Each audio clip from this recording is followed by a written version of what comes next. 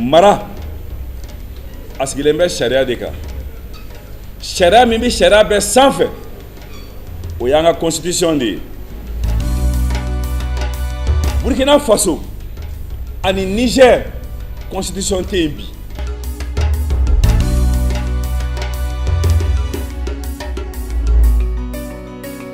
Assise nationale ye fɛn minnu fɔ an bɛɛ ka tugu o kɔ. Parti ko la an kɔni tugura a kɔ.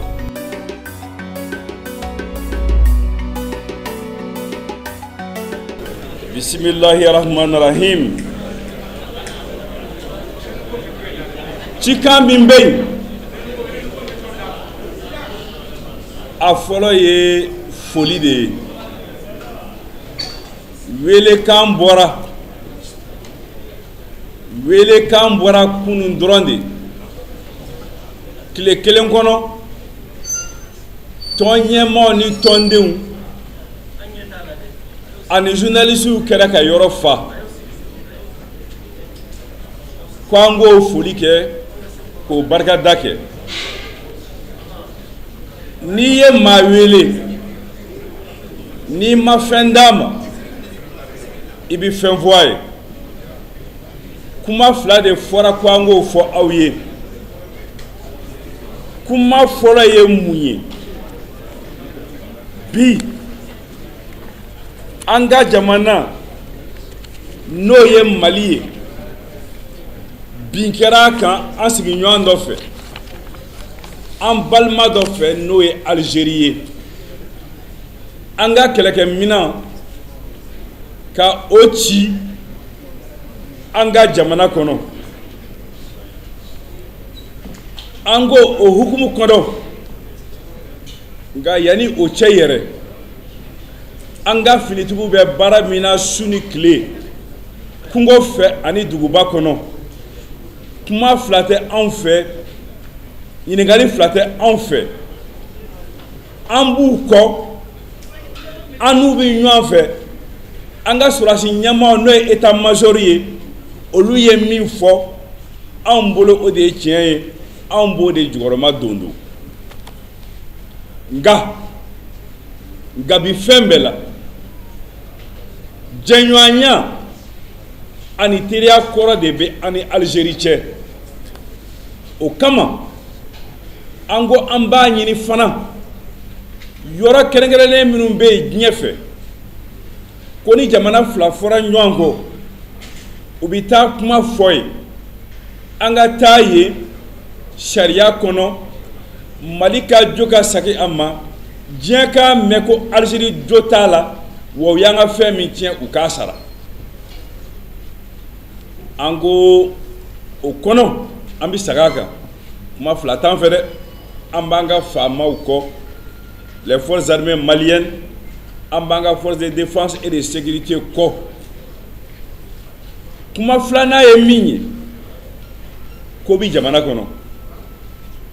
Ko jumɛn bɛ yen? A ma mɛn décembre kalo tɛmɛnen o tile 19 premier ministre ka kankɔrɔ sigi ministre min bɛ yen ko ka na ni yɛlɛma ye jamana politique ko baara cogo la, a ye bataki ci partout ma. A ko a b'a ɲini partout fɛ, partout yɛrɛ ka mara cogo n'u ka baara cogo kɔnɔ hakilila min b'u la u k'a sɛbɛn k'a ci ale ma. A ye waati boloda fana ko a bɛ fɛ ka jaabiw sɔrɔ yanni marisi kalo min tɛmɛna o tile 22 cɛ. Boloma fana dila ka baara nɔgɔya gouvernement yɛrɛ bolo. Partiw 100 hakɛ u farala ɲɔgɔn kan ko n'an bɛɛ ko an b'an ka jaabiw di kelen kelen baara bɛna gɛlɛya gouvernement bolo. Anw dun b'a fɛ baara ka ɲɛ de. O kuma an bɛɛ ka jɛ ko kelen kan, an ka o kɛ sɛbɛn kelen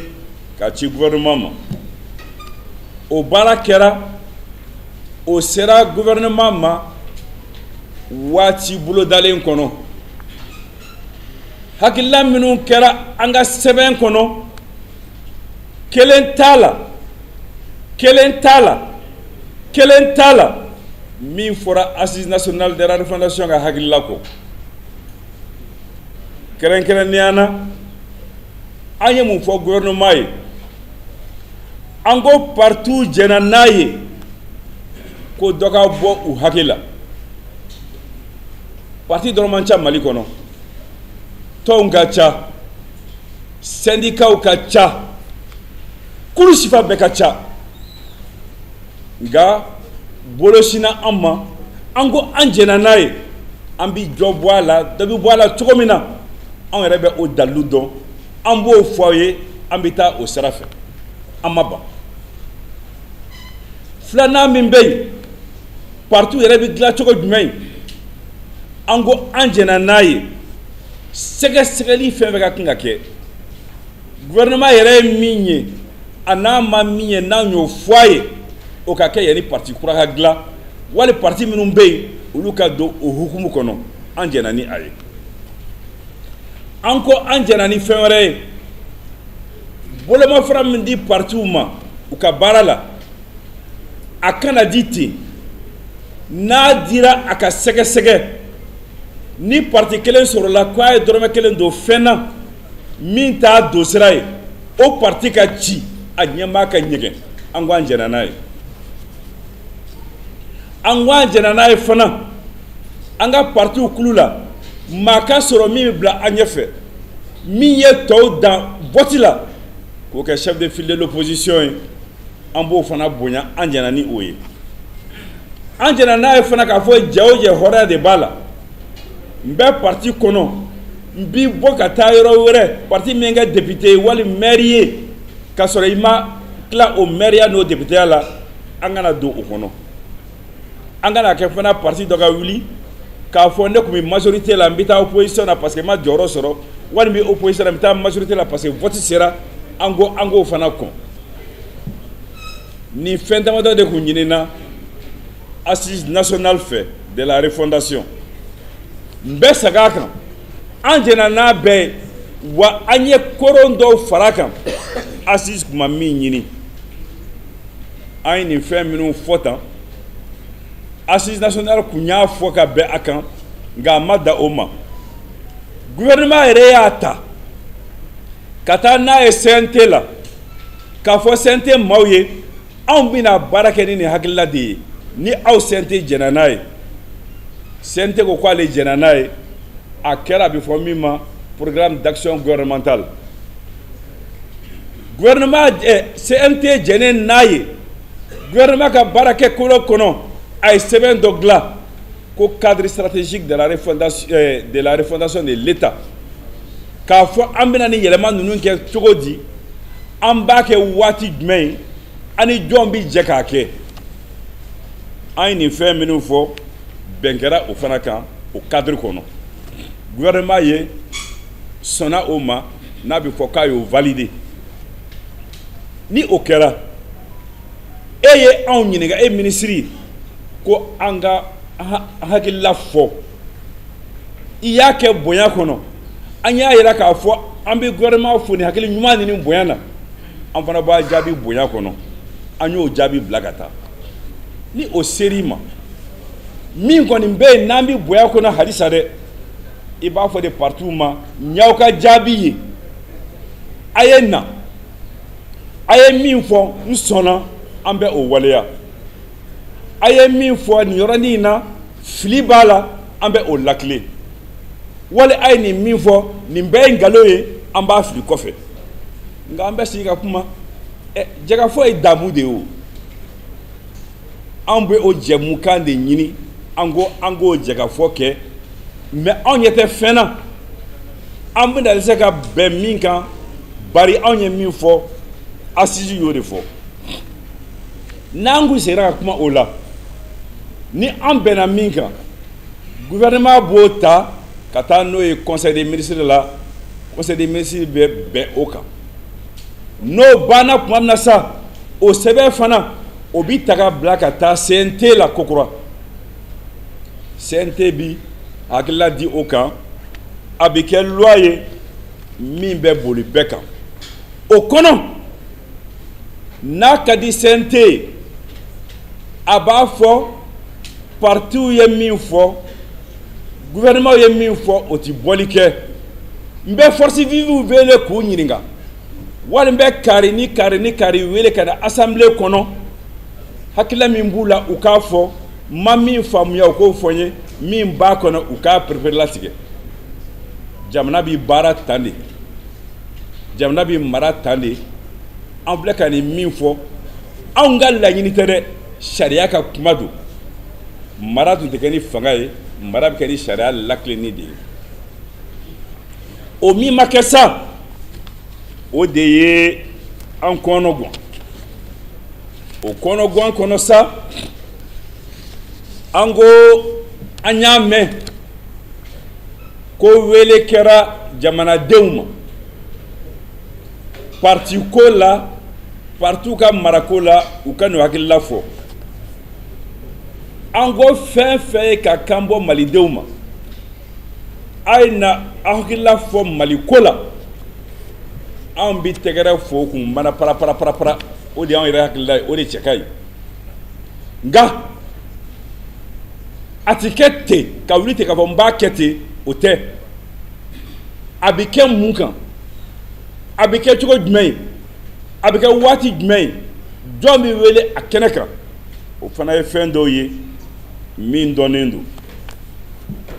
o kama an ko nin wele balilen parce que wele balilen don wele sudalen tɛ dɛ a si ma deli ka teliya tan fɔlɔ nin wele balila in a bi ɲininkali ko saba bila anw na ko saba bɛ an ma o faamu an bɛ fɛ minisiri k'o ɲɛfɔ an ɲɛna an ma fɛn fɔlɔ min faamuya munna décembre kalo la minisiri ye lettre ci partiw ma aw ye aw hakilila di ne ma ka pan force vive kunna a tun bɛ se ka fɔlɔ k'olu wele o n'i y'a ye a ko minisiriw ka nin partiw ka nin kɛ an k'o bɛnna an ma nafa de b'a la ale bolo i ko a ka kɛ a kɛra i y'a bila kɛrɛda fɛ o tuma a nafa ye mun ye an ko an m'o faamu a ka d'an ye o ka ɲɛfɔ filanan ye min ye n'an ma o faamuya a fɔra ko force vive bi wele ka na ko min fɔ u welelela ka ban u kumana assise nationale de la refondation kɛra an ye min mɛn gouvernement da ko mali bɛɛ bɔra mali togoda bɛɛ la cercle bɛɛ la région bɛɛ la malidenw bɛ yɔrɔ o yɔrɔ mali kɔ kan u bɔra ani bamakɔ yan ko o min fɔra o de ye malidenw ka kumakan ye an bɛɛ ko an sɔnn'o ma gouvernement ko assise nin ye min fɔ o bɛ boli bɛɛ kan o bɛ boli ale yɛrɛ kan fɛn caman b'a la o waleyara ka ban an ko an jɛna ni o fana waleyali ye ɔ sisan mɔgɔ minnu welela ka na olu kumana aw ko k'u kana tuguni ka segin a kuma kelen kan o kuma u ye fɛn dɔ de fɔ min ma bɛn aw ma wa taara bɛ fɛ ka fɛn dɔ don da u k'o fɔ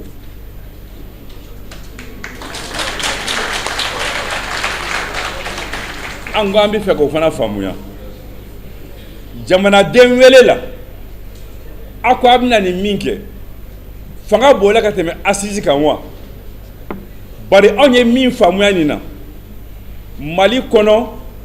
cercle minnu bɛ yen k'a bɛɛ ka maa 22 di cercle bɛɛ maa 22 o maa 22 la parti ka maa 2 b'o la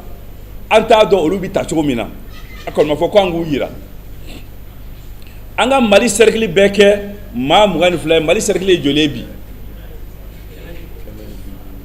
150 i mana maa 22 ta ka 150 o ye maa joli ye a bɛ se ka fɔ k'olu hakilila de ye mali bɛɛ hakilila ye wa ni dalilu jumɛn ye o kama an ko anw ma gɛlɛya foyi ye partout ni gouvernement cɛ an ma gɛlɛya foyi ye partout sɔnni ma assise nationale ye min fɔ o kuma na an ye tɛ kunna k'a fɔ musaka fitinin min bɛ an bolo bi Mali kɔnɔ an mago bɛ ko caman na ka kɛ ni o ye o wari fitinin min bɛ yen an kana o tiɲɛ fɛn caman bɛ yen bi malidenw mago bɛ min na dɔrɔmɛ kelen kelennin tiɲɛni a ma danga a tɛ bɛn wari min bɛna don ni assise ninnu na o ka ni consultation la o ka don fɛn wɛrɛ la malidenw mago bɛ min na an ko sisan min kɛlen filɛ nin ye misali la a b'i n'a fɔ n'i taara kube la o sanfɛ so ye cour suprême de ye o ka kiiri tigɛ e ka o kiiri ta ka taa n'o ye buguda kiiritigɛla fɛ yen k'o ka segin cour suprême ka kiiri kan n'o ma faamuya a b'i n'a fɔ n'i taara sous-préfet nɔfɛ ko sous-préfet na n bɛ garde-vous la nka sisan premier ministre ye nin de fɔ e ko mun o ka gɛlɛn nin bɛɛ kɔfɛ mara a sigilen bɛ sariya de kan sariya min bɛ sariya bɛɛ sanfɛ o y'an ka constitution de ye o de bɛ sariya bɛɛ sanfɛ an ka constitution a ko mun a ko ale constitution kɔrɔ tɛ dɛ a kun b'o kɔnɔ nka kura min taara juillet 2023 transition yɛrɛ kɔnɔ o constitution ko partout dangalen don partout lakananen don a ɲini b'u fɛ dɔrɔn fɛn damadɔ bɛ yen u kana bɔ o kɔnɔ min ɲininen d'u fɛ k'u kana bɔ o kɔnɔ u kana bɔ jamana ka yɛrɛma hɔrɔnya kɔnɔ u kana bɔ démocratie kɔnɔ u kana bɔ jamana kelenya kɔnɔ u kana bɔ diinɛw bɛɛ ka bonya jamana kɔnɔ n'o bɛ yen dɔrɔn partout bɛ yen n'i nana k'i bɛ partout bɔ yen f'i k'a yɛrɛ de ka fɔ parti bɛɛ farala ɲɔgɔn kan ka nin bɛɛ sɔsɔ n'o ni kelen de y'a kɛ i b'o kelen ɲangi nka i tɛ se k'a fɔ parti bɛɛ b'i ɲangi k'u ye nin kɛ o dalilu jumɛn bɛ Mali kɔnɔ bi min bɛ o kɔfɛ constitution nin fana a ye fɛn naani de fɔ k'a b'o lakana ka tɛmɛ fɛn bɛɛ kan jamana kɔnɔ fɛn naani o de ka bon ale ma n'a b'o lakana a fɔra ye min ye a ko k'a fɔ an ka parti ye république de ye magati ko la o kɔrɔ ko di an tɛ se ka kɛ masakɛ jamana ye i n'a fɔ ni wura de b'an kunna wali n'anpɛrɛ de b'an kunna k'o waatiw kɛra o tɛmɛna o banna sisan an bɛ république de kɔnɔ a ko filanan diinɛ wɔlɔma maga kɛra ko la o ma danga a ko sabanan k'a fɔ Mali président de bi tɛmɛ mandat 2 kan o ti kɛ maga kana kɛ o la kuma kana bɔ maa da a ko naaninan Muntaga m'a fɔ Uleye m'a fɔ Umar m'a fɔ aw m'a fɔ a ko naaninan a ko naaninan a ko naaninan ko maga kana kɛ multipartisme la constitution ko Mali kɔnɔ ko maga kana kɛ multipartisme la ka to a nɔ la o kama an ko an tulo b'a la maa dɔw fɛ n'anw tɛ dɛ an bɛɛ bɛ ɲɔgɔn dɔn yan maa bɛ feere tigɛ min kɔfɛ jamana in kɔnɔ yan an tulo b'a la maa dɔw fɛ ko baara min bɛ sen na k'a ka taa wolo ni partiw cili wali partiw gulonni ye ko partiw de ye tiɲɛni kɛ jamana in kɔnɔ u ka ci wali ka gulon parti kɔni ye jamana mara san 25 san 65 indépendance la a san 40 tɔ tɛ partiw ye dɛ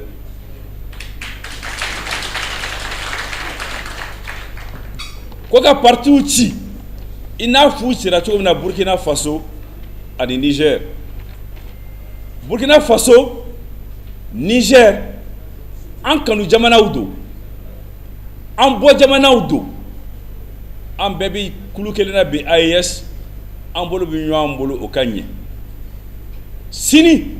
n'a jara Ala ye an bɛ se ka bɔ confédération na ka kɛ fédération ye o sogolo ka bon ni confédération ta ye sini kɛnɛ n'a jara Ala ye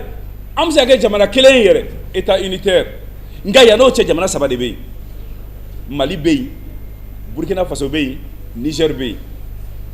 an ka fɛn dɔw ye kelen ye nka dafara b'an ni ɲɔgɔn cɛ fɛn dɔw la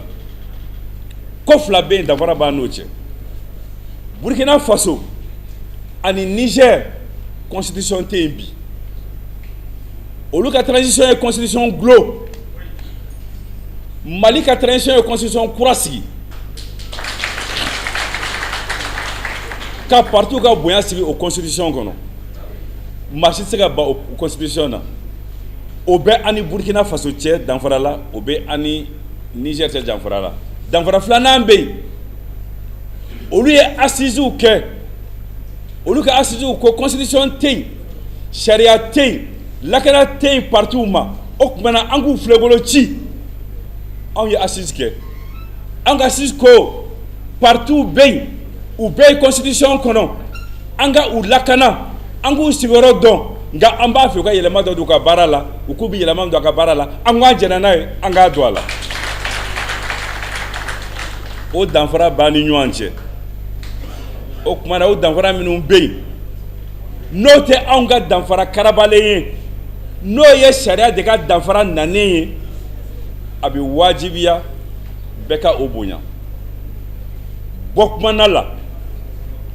an ko sisan ko duuru bɛ yen an ka ɲɔgɔn hakili jigin o la a fɔlɔ ye min ye gouvernement ye min fɔ an ma bɛn an ma ban an ko dɔrɔn i ko an ka sɛbɛn ci ma an y'i jaabi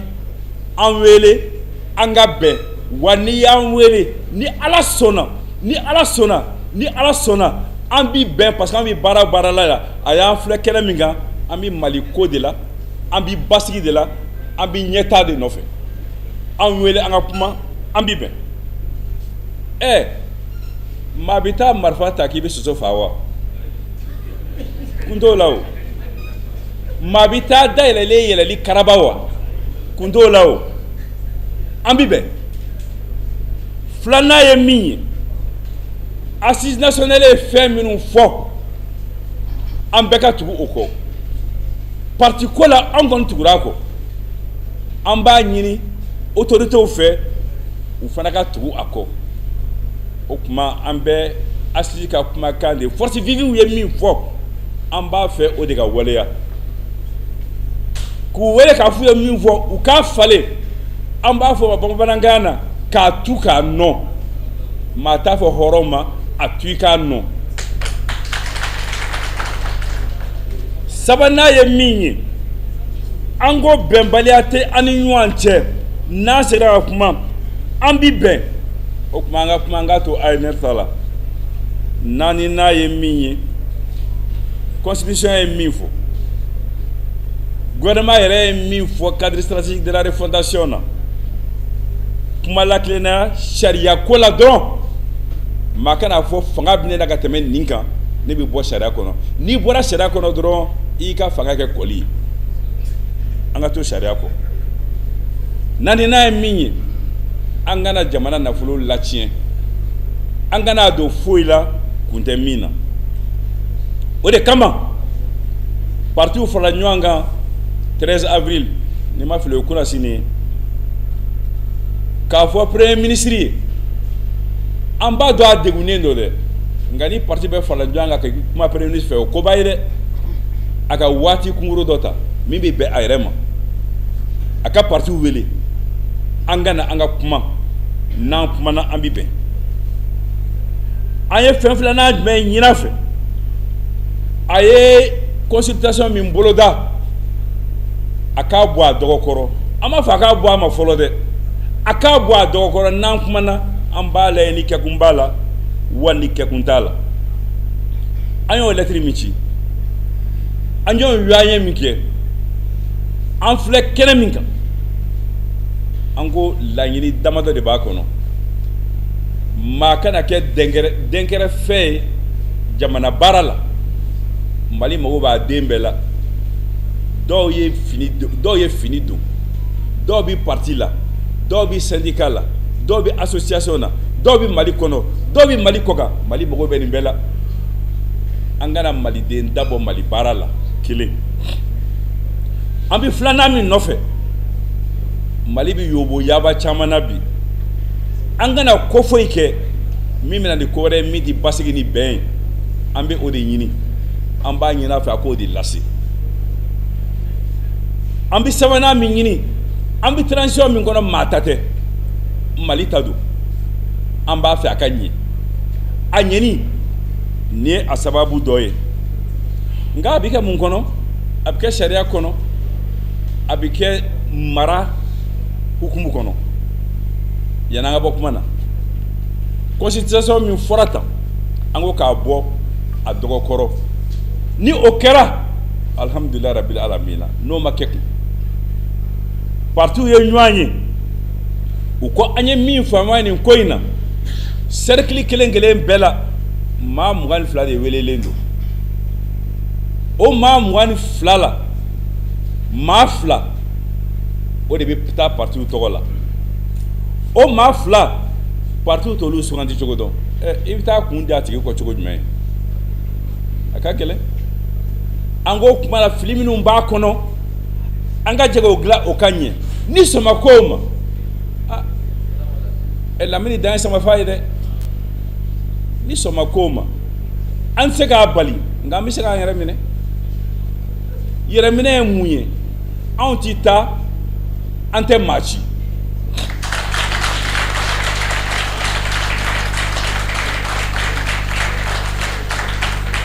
an ka bɛn an m'a fɔ an b'a boycotté dɛ an ko de ko an bolo bɔra la an gɛnna de an m'a fɔ an b'a boycotté munna partout ka maires bɛ yen o an m'a fɔ olu kana taa o parce que mairie la ni préfet y'i wele i bɛ wajibi ka taa u ka taa olu bɛna ta ka yanga ko partout k'u ka nana k'u nana k'u filɛ de an tɛ denmisɛn ye olu kɔni ka taa parce que an ti boycotté kɔnɔ mais an bi yɛrɛ minɛ de kɔnɔ parti kɔni tɛ taa ni min taara i ta y'i tɔgɔ ye i ta y'i jamu ye nka i ta ti parti tɔgɔ ye dɛ parti min ci kumakan min fɔra kuma na fili tɛ ban o de ye nin ye ni fili